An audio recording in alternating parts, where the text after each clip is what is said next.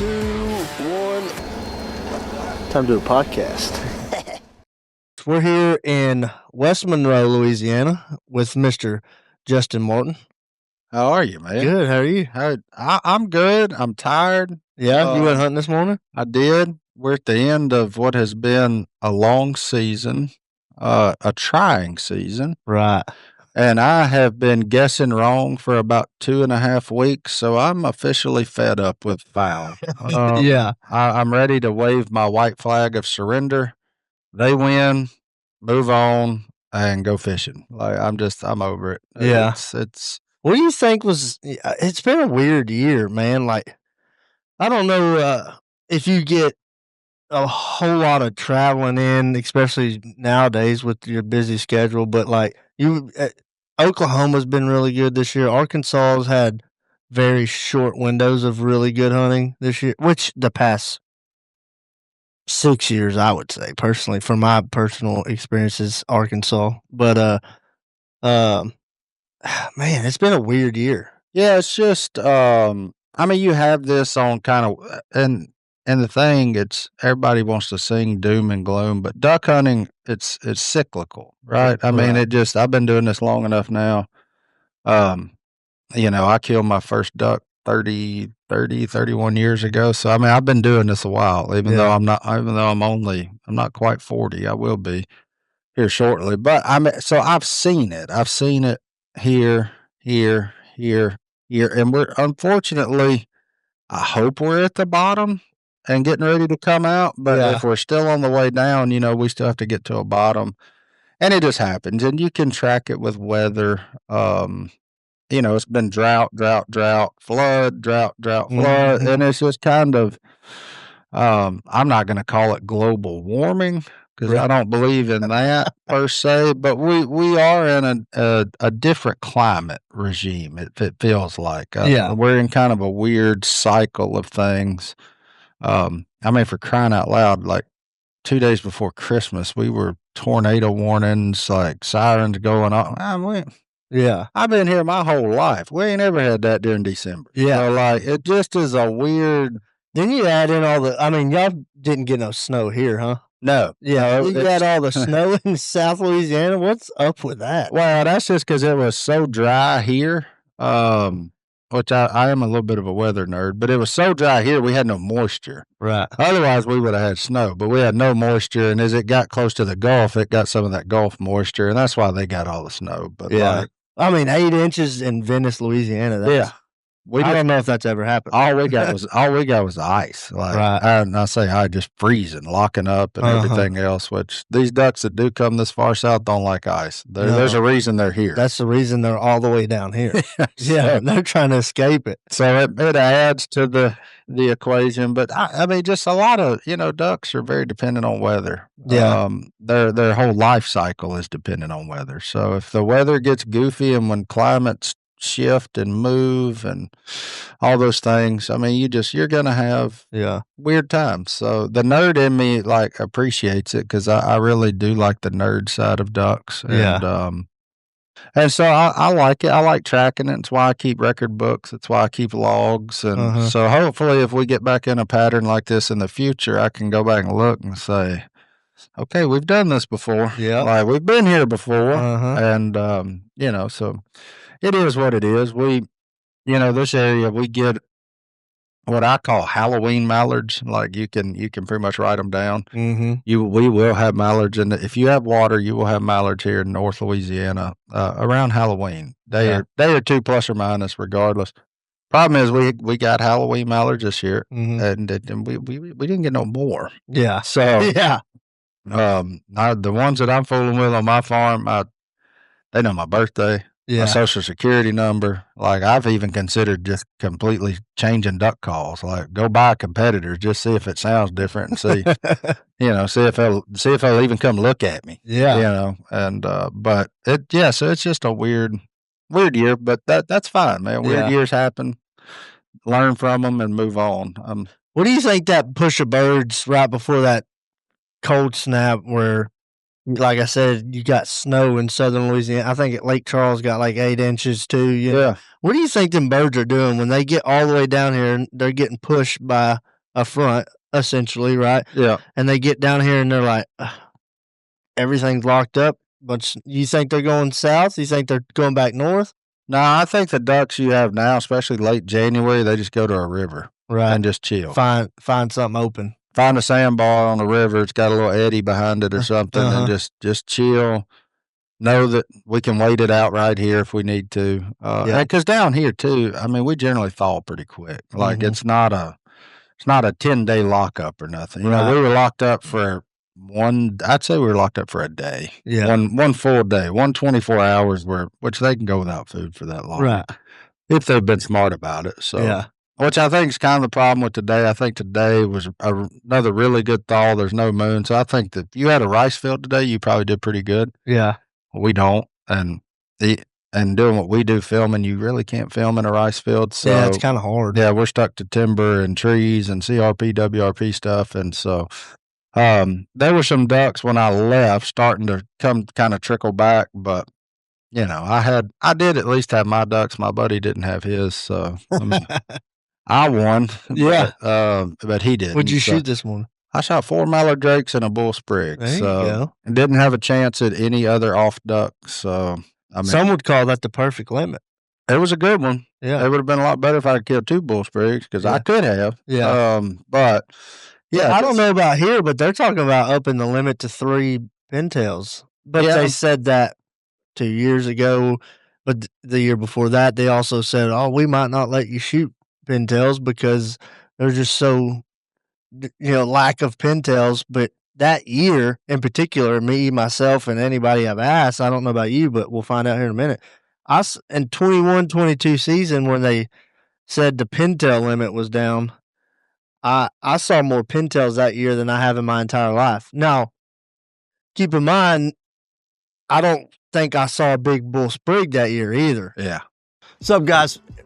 Turtle box speakers. If you don't know about them, you must have been living under a rock. These things are the most durable, waterproof, loudest outdoor speaker that you can have. We take these things on the boat in the summertime, in the wintertime. We take them to the holes with us. Like I said, they're durable. You don't even, like, if you have 2, you can just throw that one out to the side right there and grab your other one.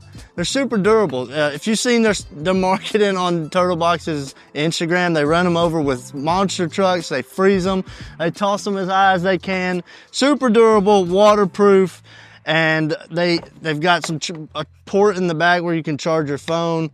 Definitely by far the best speaker on the market. Check them out at turtleboxaudio.com. Check them out on Instagram at turtleboxaudio.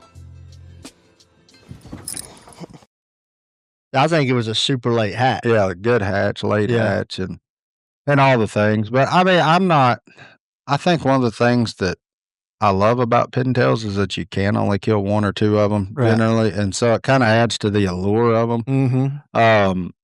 I don't know that I'm a proponent of shooting 3 of them. I mean, if the data backs it up, I'm cool with it. But I think that's kind of a knee-jerk reaction to a bigger problem. But I do too. Especially considering just a couple years ago, they're like, "Oh, we might not let you shoot them." Okay, now we're gonna let you shoot 3 of them because whatever reason. Yeah, because it was 2, then it was threatening none, then it's been 1. It's been 1 for a few years now. Right. So it's just kind of 1 or 2. I don't need more than that. Right. Like, but it's fine. I mean, a single pintail is not the slickest thing in the woods. So whether it's male or female. Right. So, they're not like, it ain't like a badge of honor to kill 1 or nothing, but they are pretty, man. They are graceful. And when they come gliding, especially stuff we hunt, they come gliding in places where they don't normally hang out, and you can trick them. That's what makes it really, really fun and really special to me. For sure. So let's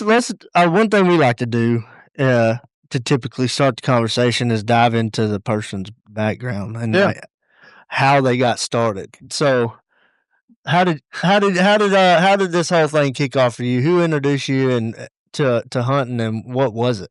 So just hunting in general was my grandparents. And we were deer hunters when I grew up. I mean, when I say grew up, I'm talking about little kid, like 4 or 5 years old, 6 years old. And that's all I knew was deer hunting. And then as I got a little older, my dad worked, y'all probably smelled it when you arrived, the paper mill. Oh, yeah. My dad was a mill hand.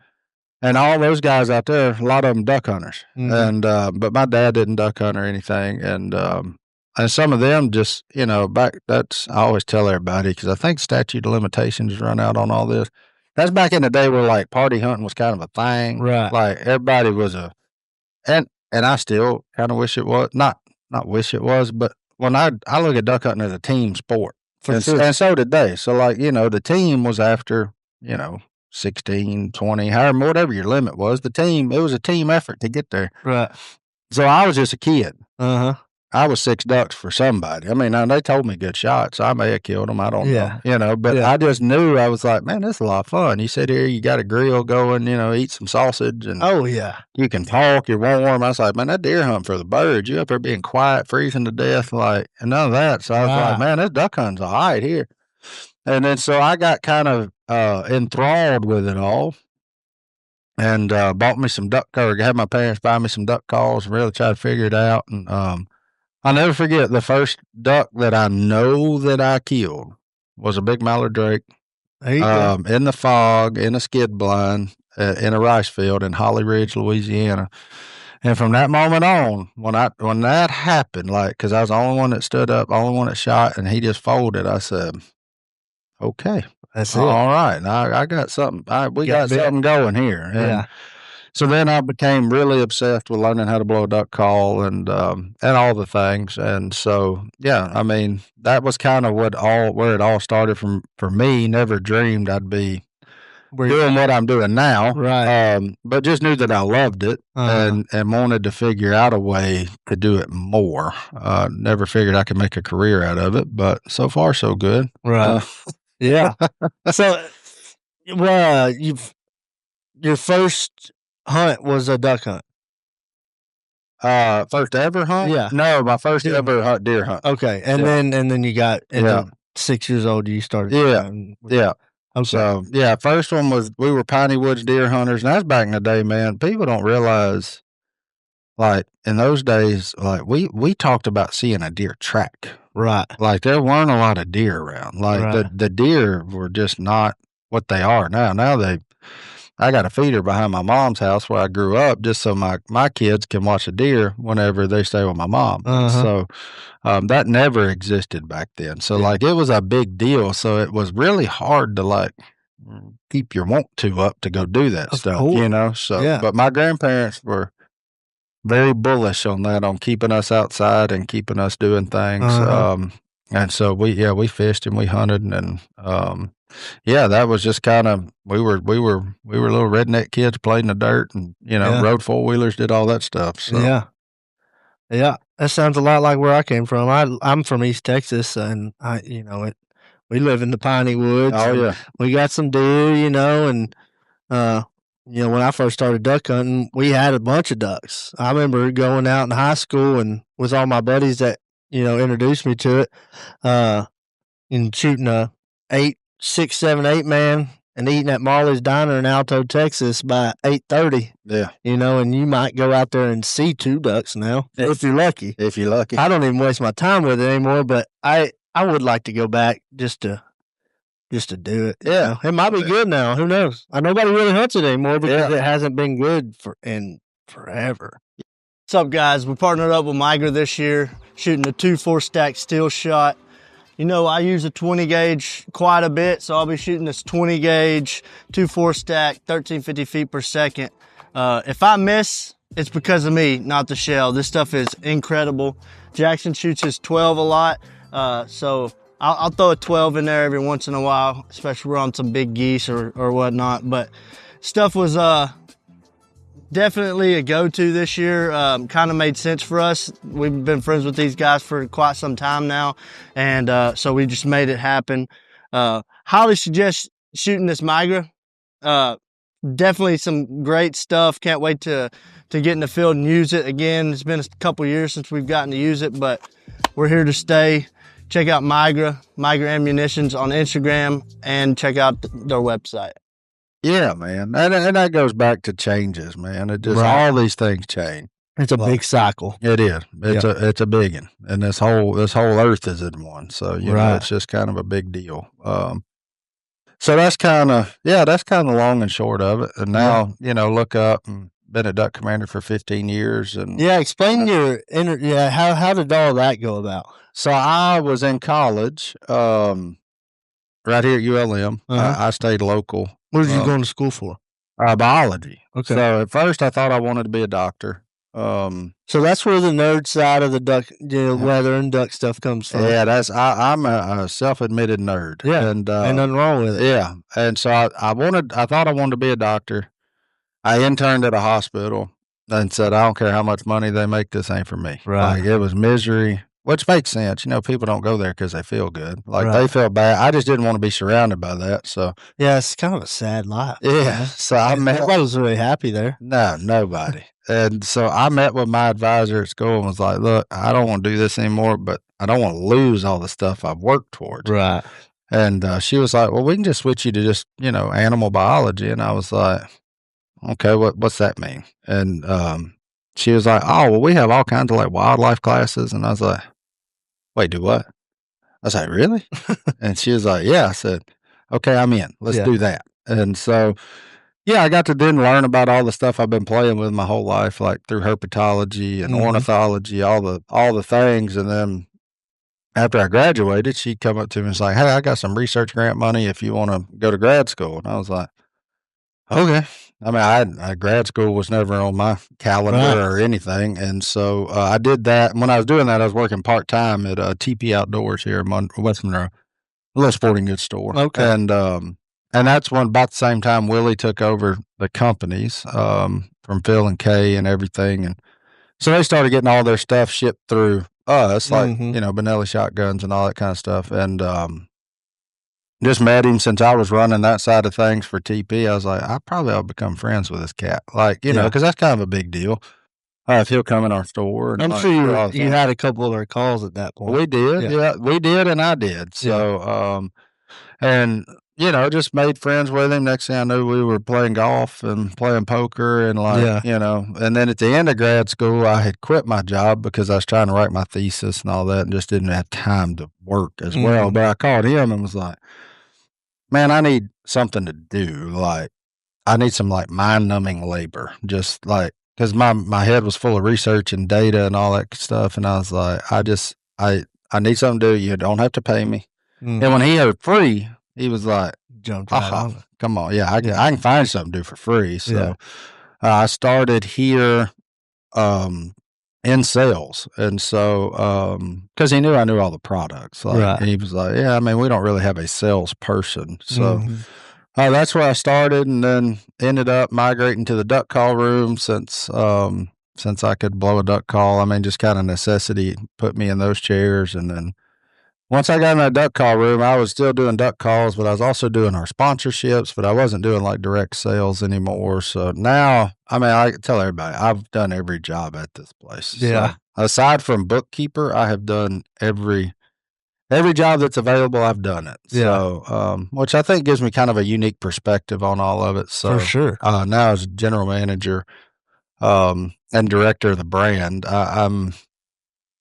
I know if somebody's blowing smoke because I've done it. Yeah. Like, don't tell me that. Like, I'm aware. Yeah. I've been there. So, now, just kind of run a lot of the day-to-day stuff. But even then, I'm taking a step back from that more so, and I'm really sinking into products and new products and kind of some product development, tinkering with some things, trying new materials, kind of a lot of that. We've got another guy here now kind of helping on some of the day-to-day business stuff. Right. I'll be fair, I don't want to do it. Yeah. I don't. So, yeah.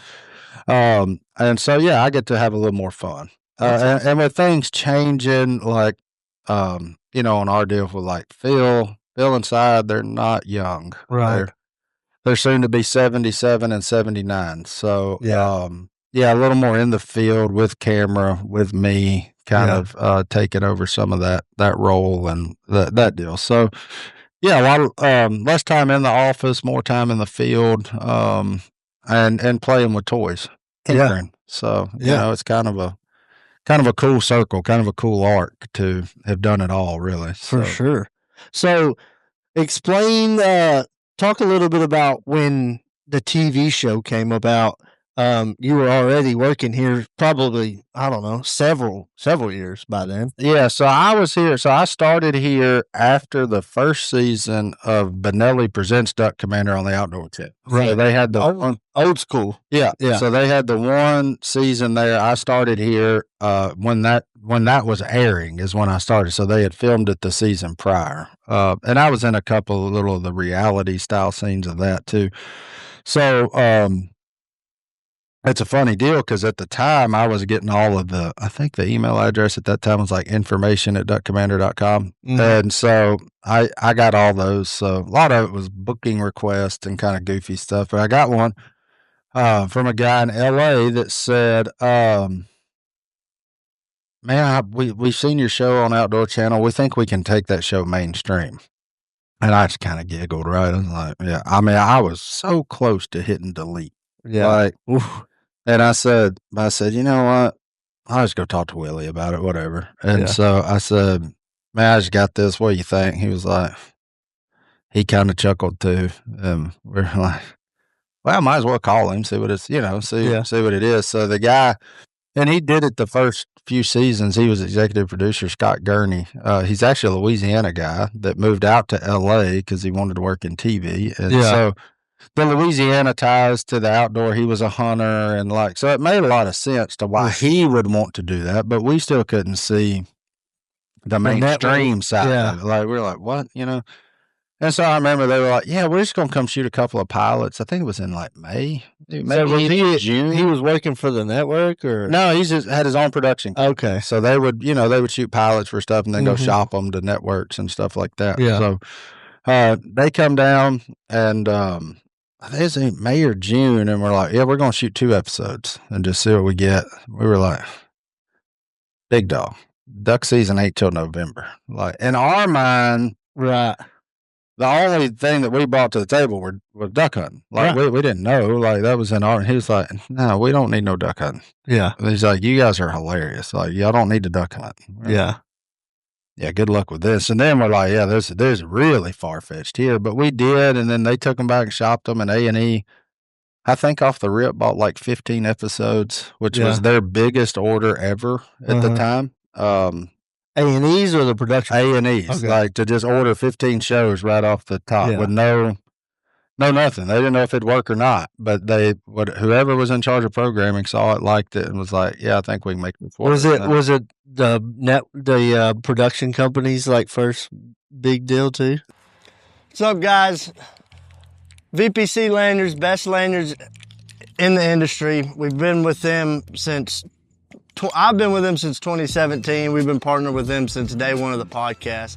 We've always used their products. They make a very good, one of the best, if not the best, lanyards. They also make duck totes, gun straps, you name it. Anything that can be made with a paracord, he makes it. He made me a kill switch for my boat, and that we use it all the time. This is the AA Game Changer. This has removable drop loops. So if you don't want to bring a call that day, you don't necessarily have to. If you want to add another call, you just add it. Super easy. By far, my favorite lanyard right here is this AA Game Changer. The one I had before was just as good, but this one is definitely, like this says, a game changer. So check them out at VPC Lanyards on Instagram or Facebook. Tell them Quack Shack sent you. Get you a new lanyard. No, I guess on that side, yes, but they did a lot of Shark Week. Oh, so a lot of the Shark Week shows they produced, and so they had been doing big outdoor kind of style shows because everybody's watched Shark Week, that's the highlight of summer, and so they had been on that side of it, but never on this side with I guess where people were your main characters, where it wasn't animals as your main characters. So, they had done plenty. Yeah. And so, they ordered 15. We shot them. The next thing they ordered 60 maybe. And then they ordered another 60. We ended up with 130 by the time it was all said and done. So, yeah. Did y'all think it was ever going to be what it became? Oh God, no. No. How could you, right? Right. Well, you don't do anything in life to be unsuccessful. Absolutely. But you can't. I mean, that's catching lightning in a bottle. But we equated it to winning the lottery. Right. I mean, essentially, I would say so. that was like winning the lottery. That was your 1 in however many million chance. We hit it. Yeah. Like it's a company. This is like a unscripted, genuine, conversation style podcast. And, I don't know the numbers, but I know for a fact that pretty much every household was watching it. Yeah, we had a good run there. We broke all the records. Yeah. I don't remember the for sure numbers either, but I think at one time it was close to 20 million. Yeah. Like on the It's insane. And that's they did all that stuff on like 48-hour views. So in the first 2 days, like 20 million people were watching it. So that's crazy to think of. And we had no idea. I mean, it was just, but it was cool. You can't really, I mean, you can, like you said, you don't do something to not be successful at it, but you also never expect it to be what it became. No, it was you want it to be big, and obviously it was, but you would have never thought. Yeah, it was a phenomenon. And I remember, man, there were weekends like where I was making more money during a weekend just for appearances, right, than I would make in a year here. And it was like, wait, what? Yeah. Like, y'all gonna fly me on a private airplane and come do that? Yeah. Like, okay, whatever. Yeah. I mean, like at my age, it was really cool because it allowed me to start life essentially debt free. Right? Yeah. Like, I mean, I was able to. So you were in your late 20s when that first, Yeah. I was, I was 28, I guess, or 20. No, how long? I was 27. 27. When all that kind of really escalated. Right. So, I was able to like pay off trucks, pay off all that stuff. Yeah. Like essentially and the only thing that we just owe money on our house. Like, and we don't live outside of our means. So like to start life debt free is that's a big deal. Like, and I say bad debt, stupid things. And, right. And not only that, doing something you love to do. Yeah. Man. Working somewhere you've worked prior to, the big jump and things, and doing stuff that you enjoyed. Yeah. And getting to go duck hunt doing it, Yeah, I say we have to go. Yeah. Have to go duck hunting. Yeah, it's a job. Yeah. It's work. Yeah. Like, so a little side note, when you started having, everyone, I guess, started having to, all right, we're going to go duck hunt. How did all that happen when like the production, like, all right, we need to go get a duck hunting scene? So A&E never, and Gurney, they never once filmed a hunting scene. Like they never filmed us actually duck hunting. Right, but there was like, so maybe it's just some states. We worked on some blind stuff, but you never see a duck die. Right. Duck Dynasty. Right. Like you see one, maybe two dead ducks when Phil went out to like OCS and did like the biology class or something where he was, tell them in typical Phil fashion. He was a little crude on his biology and his parts, but I think that's like the only dead duck you ever saw, which is what's crazy because we caught so much hate for ruining duck hunting. I'm like, y'all realize we ain't ever killed a duck on that show, right? Yeah. Like, we ain't never, no, not one. Yeah. And I've heard that before, and like everybody has, and if it's crazy to people say that, you know what I mean? If anything, you brought more attention to it, which got more people involved in it. We did. I mean, there's no doubt that those years, the peak of the dynasty, there were like 2.5 million duck stamps sold or something. Yeah. Next year's it's about right at 1 million, 1.1 million, 1.2 million. It's really good duck hunting, maybe 1.5 million if it's a really good year. But yeah, and I tell everybody the saddest part of that is we didn't retain a bunch of those people that tried it. They're not still doing it. Right. And even the people, that got into it peak Duck Dynasty, and where you saw the spikes and license or duck stamp buys, like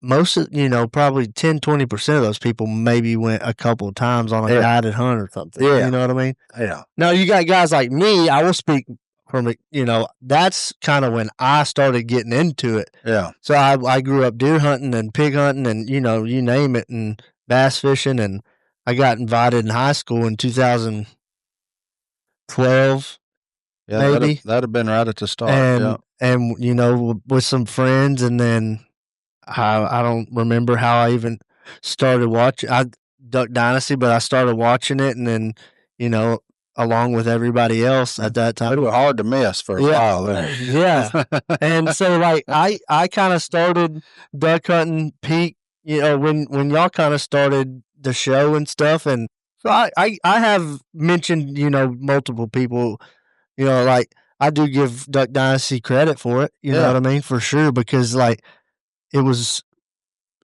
cool, you know. And I didn't start doing it because it was cool. I did it because my buddies wanted me to come, but you know, it's what I do for a living somewhat nowadays, and I give Duck Dynasty some credit for that for sure, absolutely. Yeah, man. I'm glad that we did it. I'm glad more people were introduced to it because it is fun. Right. Like, duck hunting is fun. So much fun. Now there are like layers to that, you know, and a lot of those people tried to fast track those layers. They didn't really understand the etiquette involved in duck hunting. I mean, there's just a lot of little nuanced stuff that if you're brought up in it, you figure out. Right. And if you're just a, 20-year-old that gets thrown into it, right, you didn't know. So you come off as kind of a punk, and like those guys got a kind of a bad rap and all the things. But like, whatever. We introduce more people to our way of life, and hopefully, some of them retained it. I know some of them did, but a lot of them didn't. And shame on us as hunters for creating a barrier for anybody that wants to try it. Oh, man, well, shut up. Like, somebody took you too, so I don't even want to hear it, man. Like, just because they took you at 6, it's not any different than you taking somebody at 20. Right. You could take the time to invest in these people. Yeah. And so it's just a different deal. And I'm fine with that. And I'll probably catch enough hate in these comments too for that stuff. But I don't really care is the fun part. Like, you can say whatever you want to. I'm out here for more people to enjoy time in the great outdoors. And because to me, it is the one place that you cannot deny the creator of the universe. Absolutely. So if you figure out something about, in my opinion, God and Jesus while you're out there duck hunting and it changes your life, good. Right. That's what I want. Like, I don't care if you ever kill a mallard duck. I could care less about that. I want you to watch that sun come up and how many different colors are on that sky and realize, I don't think this happened on accident. No. And so that's what we use it for. It's a good outreach. It's great ministry. If you do take people hunting, you've got a very captive audience. Right. So it gives you time to really invest in somebody, and you can change their lives in a duck hole. 100%. That's all we're really after. 100%. I mean, my buddies changed my life. I thought I was just going hunting with my friends, and it was a lot more than that, looking back now, and I was introduced to something that I didn't know anything about, and now it's consumes my life. Yeah. Same thing with you, you know what I mean? And I wouldn't have it any other way. Now, just like you and everybody else, there's times where it's like, why do we do this? Like this morning. Buddy, the last 3 weeks I have woke up, when that alarm goes off at 4 o'clock, I wake up every morning saying, do I really want to do this? Right. Like, I know I'm going to not kill them. Yeah. Here I go. Yeah, but here before we know it, we're going to be like, man, I sure am ready to go shoot a duck. Yeah, you get a cold front about the 3rd week of February and be like, man, that sure be fun to be out there one more time. Yeah. But, I'll be glad to see Sunday sunset for Louisiana, and then I'm not going to make the Arkansas closure. Or anyway, I'm not going to. I got a deal down in around Houston on February 1st, which is Saturday, a men's conference that I'm speaking at and doing some things. And so I'm not going to hunt I'm not going to hunt those last probably 2 days. Just kind of rest, and those people are paying me for my time, so I want to give them the best version of me that I can. For sure. Be rested. I know my wife will be glad to see when I finally take my shotguns out of my truck. She'll be like, okay, Dad's back. And so she's a heck of a trooper dealing with the duck hunting, which I've taken it a lot easier since the boys were born, but I still go. So I just don't go on days that I know. I'm like, Yeah. You know, and rain, I don't fool with. See, I so. haven't figured that out yet. You know, Yeah. I've been doing this for about 15 years, and I still. Yeah. But you never know. It could happen. I can't tell you how many times I've killed birds in the pouring rain, or like you can't see the wall over there fall. You know, you never know, dude. No, but in my life, if they die off camera, they kind of died a meaningless death. So I don't really. I mean, yeah, you know, I just look at them like, well, if I could have killed them today, I can probably kill them tomorrow. So. Chasing migration. Are you traveling all over the country or an outfitter that uses a trailer day in and day out to pack your gear, your decoys, whatever it is? Chasing Migration makes the best attachments to go in trailers. They also build some of the best built trailers on the market. You can choose from wader hangers to gas can holders to bag holders to gun racks. They've got a variety of products that you can put in your trailer to make your job even easier. If you're looking to get a trailer built, check out Chasing Migration. Or if you're wanting to add some accessories to your trailer, check out Chasing Migration on Instagram or check them out on the website. Yeah, you know, in the past couple of years since we started filming hunts and traveling all over to do that, and some of my best duck hunts have been off camera. Oh, yeah. They're always the most fun. Oh, 100%. Oh, you don't want to come in the decoys? Yeah. I'll shoot you at 15 yards above my head. Yeah. So, you know, yeah. Oh, you just tipping by, think you're safe? No, wrong answer, buddy. Pop. Got that TSS in this morning. Oh, that camera right there, not that one, but cameras just like that save many of them's life. Oh, yeah. Because I sell out. If I go, I sell out for footage. So, yeah. Like, I'm trying to get the old school duck men. The stuff that you just don't see much of anymore, where you get them down in the hole and you kill them quickly. Down in the decoy. Yeah, just. I mean, I like shooting them wet personally. Yeah. Go ahead and go on down there and get wet. I'll shoot you on the water. Yeah. Don't you think I won't? Yeah, I'm the same way. So yeah, I just kind of take a pride in a lot of that. I don't shoot swoops and stuff like that. Stuff where if you were just duck hunting, you could add 4 or 5 more ducks to your strap probably every day. Right. Oh yeah. And so, you know, but. Yeah. Ain't none of us doing this because we're hungry. Right. It is because we enjoy it. We love the ducks. We do get to eat them, and we do get to feed other people with them. But at the end of the day, I'm not worried about starving if I don't kill a duck. So, right. And it's a cool deal in the grand scheme of things. So try to give them all the respect in the world that I can. Absolutely. The actual ducks. And so, absolutely. You know, take care of them, do their things, let them die an honorable death at least. Like, man, they look pretty, you know. So I want to dive into a little bit more about like you, with the show blowing up over the past almost 2 decades, I guess, decade and a half, whatever.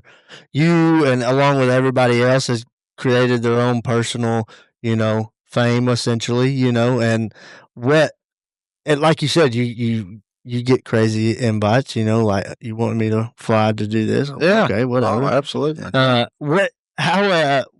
has that been? Like, it's gotta be crazy. One, you know, you're obviously on one of the most popular TV shows that are booming at the time, and you're creating your own personal persona, I guess you could say. And how was that? Yeah, we look at ourselves as our own individual brands, right? And so it was really challenging for me, because you wouldn't know it just because of the career and the path that the good Lord set me on. But I'm one of the most introverted people you'll ever meet. Mm. Like when these lights and cameras aren't on, I'm in the dark. Like and that's not because I'm in front of this all day. That's just who I am. Right. I enjoy quiet. I don't like noise. Like I'll sit there in my house a lot of times with the TV on mute. I like the light from the TV. Yeah. But I'm not really doing anything. I'm just thinking. I'm in my own head, kind of trying to figure stuff out. So it was weird for a guy who spent his whole life trying to not be known to be known. Right. Which I think is kind of one of those deals that the good Lord does for you. I think he puts you in uncomfortable places so that you can grow. Mm-hmm. I think the worst thing you can do if you want to grow is to be comfortable on a lot of things. So, I think it was just like and really a faith test. Like, do you trust that I've got your best interest in mind? Right. And if you do, if you believe like you say you believe, you'll follow this. Right. And so that's where ultimately I had to get uncomfortable. And when you go speak in front of 1,000 people, 2,000 people, stuff like that. It's like every time I don't get nervous, but every time before I walk out on those stages, I'm like, man, why am I here? Right. Like, but then like a little calm and a peace takes over me because I'm like,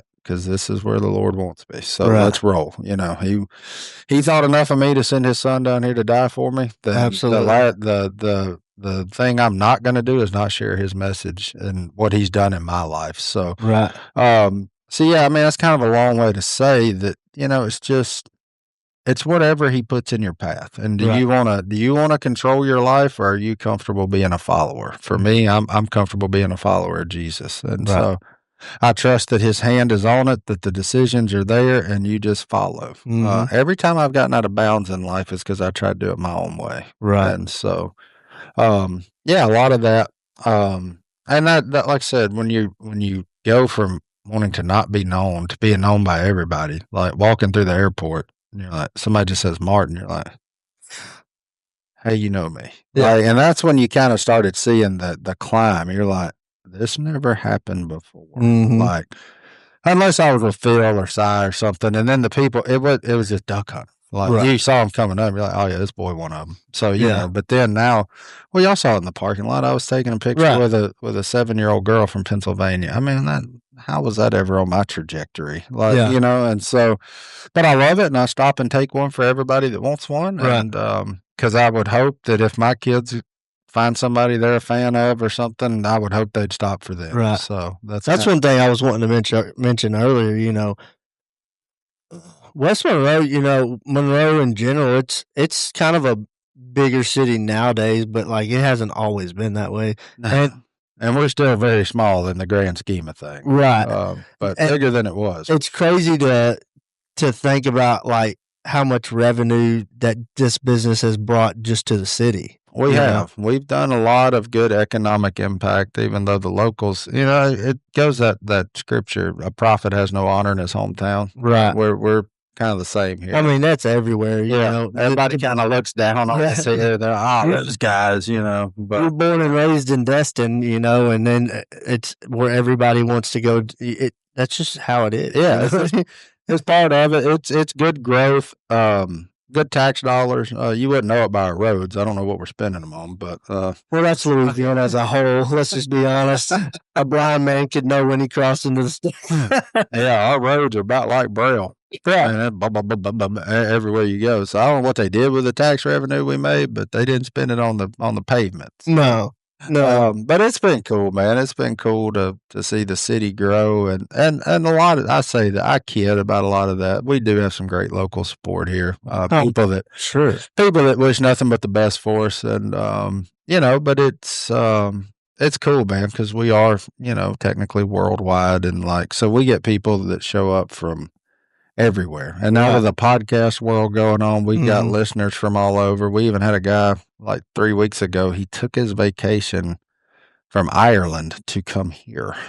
He flew to Monroe, Louisiana from Ireland for the off chance of meeting us. Wow.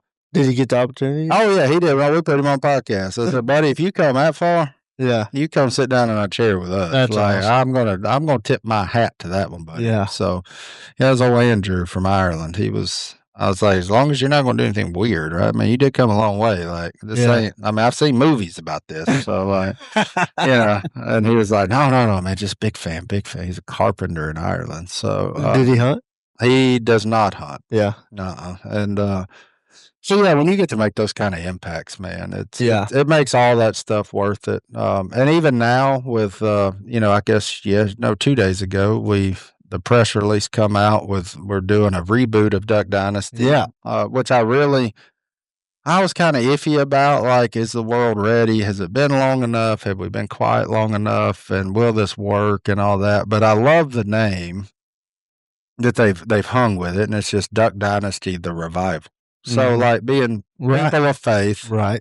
The fact that they were like, let's call it the Revival, we were like, wow, that gives us a whole new audience to talk to, and kind of a word to hang on, like kind of a mission almost, if you will, with the revival aspect of it. So it's been fun. We've been filming for like a month now. Yeah.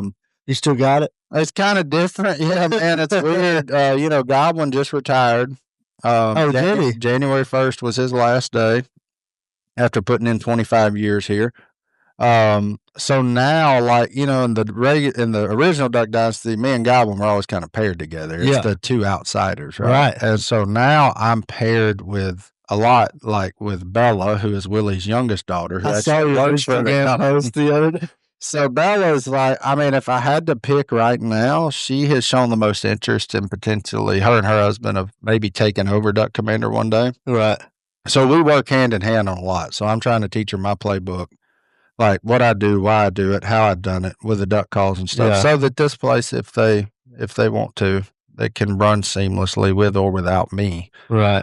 So really trying to pour in everything to her that I can. And so, they've got us paired together. It's like they come to me for permission, but I'm like, y'all are my boss. Like, y'all, because they're like, boss. I'm like, your dad's my boss. You talk to him. You don't talk to me. Like, I'm not about that life. So, I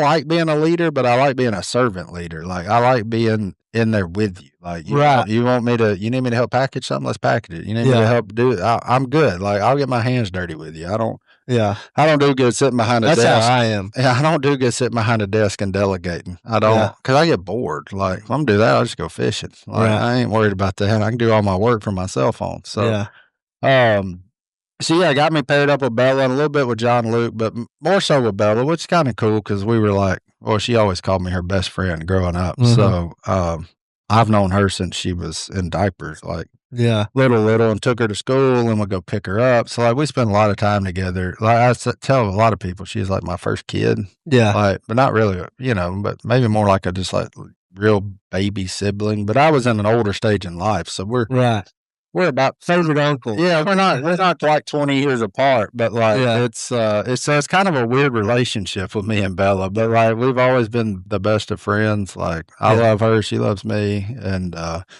it's just fun, man. It's fun working with her, cause seeing her get older and kind of mature. In Duck Dynasty, she was a kid, like a kid, mm-hmm. And now she's married, and who knows? If she follows in the rest of the Robertson script, she'll be having kids here for long. So they really like that be fruitful and multiply verse, I guess.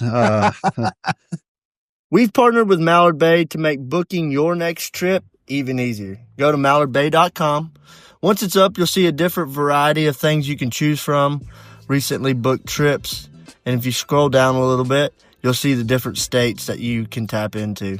The easiest way is to click the Start Your Adventure tab, type in a location or species. For instance, Oklahoma duck hunt. Click it. It'll show up all the outfitters. We're going to click Prairie Creek. Scroll down, you'll see the different packages that you can book. Select your dates. Continue. See the total. Create an account.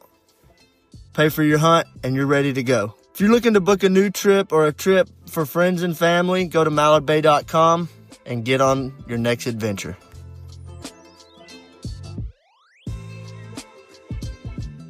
Me and my wife waited about 10 years. They talk about pretty quick. So, but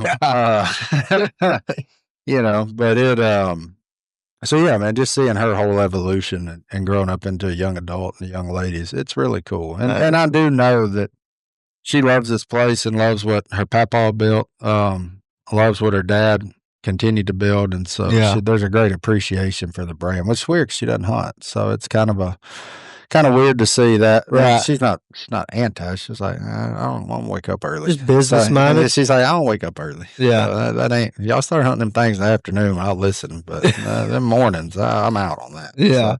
So, just funny because her husband is like, eat up with it. And he's, I've trying to take him under my wing a little bit because he didn't really grow up a duck hunter. So trying to teach him some things on the duck hunting world, but he'll go grind it public with you and all the things. I'm like, buddy, just come with me. Like, it ain't. We still wake up about the same time, but it ain't. Yeah, we ain't racing nobody. Right. I just like to be early. Yeah. So, man, it's a cool deal, and obviously the other kids are killing it. Sadie's doing her thing, and so it's been cool to watch them grow up and do their deal. So. Are y'all shooting a lot of like the same style stuff? No, I would say this one is very more They called it, what did they call it? Docu-reality. So it's way more documentary style. It's way more over our shoulder. Where Duck Dynasty was quasi-sitcom-y. Like, we would walk into scenes and situations where this one is like, if we're filming something, I get up from my desk to walk and go do something, they just come with me. Yeah. So it's kind of I equate it to a lot like The Office, but not. Obviously, those are actors, right? But it feels like it's shot in the same way of The Office. Is what it feels like. And I don't know if that's going to come across in edit. That's just how it feels, Right. Because they have us sit there and now they tell us like, the fans know you're aware of the cameras. Look at the camera. Yeah. So it's kind of weird to because we were trained to not look at a camera, to now they're like, address the camera. So to sit there and stare at the lens is just as weird. As the others. So it's it's a cool concept. So a pretty cool concept, different for us, and so. But I think it overall's cool. So the new show, and y'all probably don't know like the longevity of it, huh? No, we signed a contract for 20 episodes. Is all our now they have with all contracts, kind of like athlete, there are options built in there. Right. But all we're guaranteed is 20. If all we do is 20, I'll be thrilled. If we do more, great too. But it's been long enough that it feels like the country has a longing for wholesome entertainment again. So, I think it could be a pretty good time. I think so too. I feel like the timing might be pretty perfect. Yeah. Well, hey, all in God's timing, man. Yeah. We weren't out there like, man, we'd love to be back on TV. Yeah. We weren't beating down nobody's door. We just building duck calls. And they reached out but I think a lot of that's due to the success. I mean, you see us, we're on streaming everything like the original. They've got fast channels out for Duck Dynasty now. It's streaming. So it's weird. We have like a whole new crop of fans. Right. That never saw us. They weren't even alive then, which is what is so weird, right? They're like, oh, I've seen every episode. I'm like, how old are you? They're like, 8. I'm like, well, you weren't even alive when we filmed that. Yeah. And then, so it's kind of a weird. Friends watching it. Yeah. But I mean, it's cool though, because their parents be like, yeah, we can let them turn it on and we don't have to worry about anything. Yeah. And we're like, yeah, I can appreciate that. And nowadays, there's not a whole lot of content like that. No, even on Disney Channel, you can't. Oh, I mean, I watch that stuff with my kids, and Yeah. some of it, I'm like, really? Yeah. Well, yeah. So man, it's crazy. That's awesome though. Another starting it over again with the kids. I think that's pretty cool. All the people watching, back in the day are seeing them as adults now and their family. and the same old familiar faces will be there. Like Right. I'm there, Si's there, Godwin's there, Phil's not. If you're listening to this, you keep up with duck hunting, you've probably seen our post about Phil. He's suffering from some things. And that's it's a genetic deal. All of his siblings have had some sort of, I call them a brain malfunction, basically, for lack of a better term, but some form of Alzheimer's / dementia / something mentally, just kind of go haywire there towards the end. And Phil, he didn't dodge the bullet, but I will say he was good that he went longer, and we're at a different stage in knowing how to treat that now as a society and as a whole. So, they have got Phil now leveled off. It was a pretty steep down, but they were able to get it leveled off. And so, Phil, he's even talking about duck hunting some more. So, he went opening day, and after that, he's like, I can't do this anymore. Yeah. He legitimately said, I can't. I cannot. I bet that was hard for him. That was tough, because then the next day we go to get in the blind, and Si's like, well, just get down. He told me, he said, just get down there in Phil's chair. I was like, no, that's Phil's chair. So I took Phil's chair and I folded it up, put it in the corner, and I put my bucket down. Yeah. It's like, I'm not sitting in the man's chair. Yeah. I'm hunting this duck blind, but I ain't sitting in his chair. Yeah. That's Phil's chair for a reason. And so, yeah. But thank God for medicine and doctors and the good Lord to have paused it. So I don't know, none of us know what that looks like. They say it's got a bunch of ups and downs. I've never personally been around it. I know there's a lot of people, and a lot probably listening to this that have been affected by those two things in their families, so they can probably lean in a little more on those kinds of deals. But for now, he's doing as well as he can be. That's so, which is great. Yeah, he's back to going to church. Yep. When he can, when he feels like it. So that seemed like just out of that was over too, is what it kind of felt like. But no, he's back now, being able to do some normal life things for Phil other than duck hunt. Right. It's like me asking him, he's like, I want to, but I just don't think I can. And so it's like, okay, well, that's part of life, is knowing what you can and what you can't do. Right. Both of those things are equally important. Like what you can do and what you can't do. So 100%. But hopefully we can get the old man out there one more time. Yeah. And I told him, I said, Phil, I'll let you break every law you want to, son. And I'd say, I'll go get the game more than prepay. I don't care. I heard that. That's awesome. So just one more ride, Yeah. He's like, no, we ain't going to do that now. I was like, yeah, I know. I'm just telling you I would. I'm willing to. Yeah. So yeah, man, it's kind of fun. Hate that they're not a part of the production every day, but with the grind that production is, they've done their time. Yeah. They deserve to live it peacefully, however they so choose. Yeah, for sure, dude. For sure. But Si still loves a camera and a microphone. Oh, he gonna be involved no matter what. Yeah. So yeah. That's awesome. That's awesome. Man, I appreciate you letting us come here and hang out and talk to you. Heck yeah, man. It's been awesome, dude. Appreciate you guys, man. Yeah. It's fun. Good to meet you. We talked a little bit before. Be sure and tell Mr. Frisbee I said hello. I will. We did some things back in the day when he was with that Drake company. Yeah. Yeah. That's what people don't understand about the outdoor world, man. Yeah. It seems big, right? It's not. But it's a circle. It's not. It's a good lesson about life. Don't burn any bridges. Right. Because odds are that person right there is going to be sitting in another chair that you may be working for in the future in this deal. So shake hands, walk away like men. Mm-hmm. Sometimes disagreements happen and you just shake hands, walk away, say it was fun, because you never know when you're going to be back together doing some stuff. So very true. Well, thanks again for having us out, man. I appreciate it, man. Glad y'all could do it, man. If you haven't heard yet, you probably have. You're not going to hear much out of us, but the new show, what was the title again? Duck Dynasty, The Revival. Yeah. I'm sure if you're watching this, you probably watched an episode or two or all of them. So go watch the new series. Go check him out on Instagram. He's always doing something cool. And we appreciate you again. And thank y'all for tuning in to another episode of the Quack Shack podcast.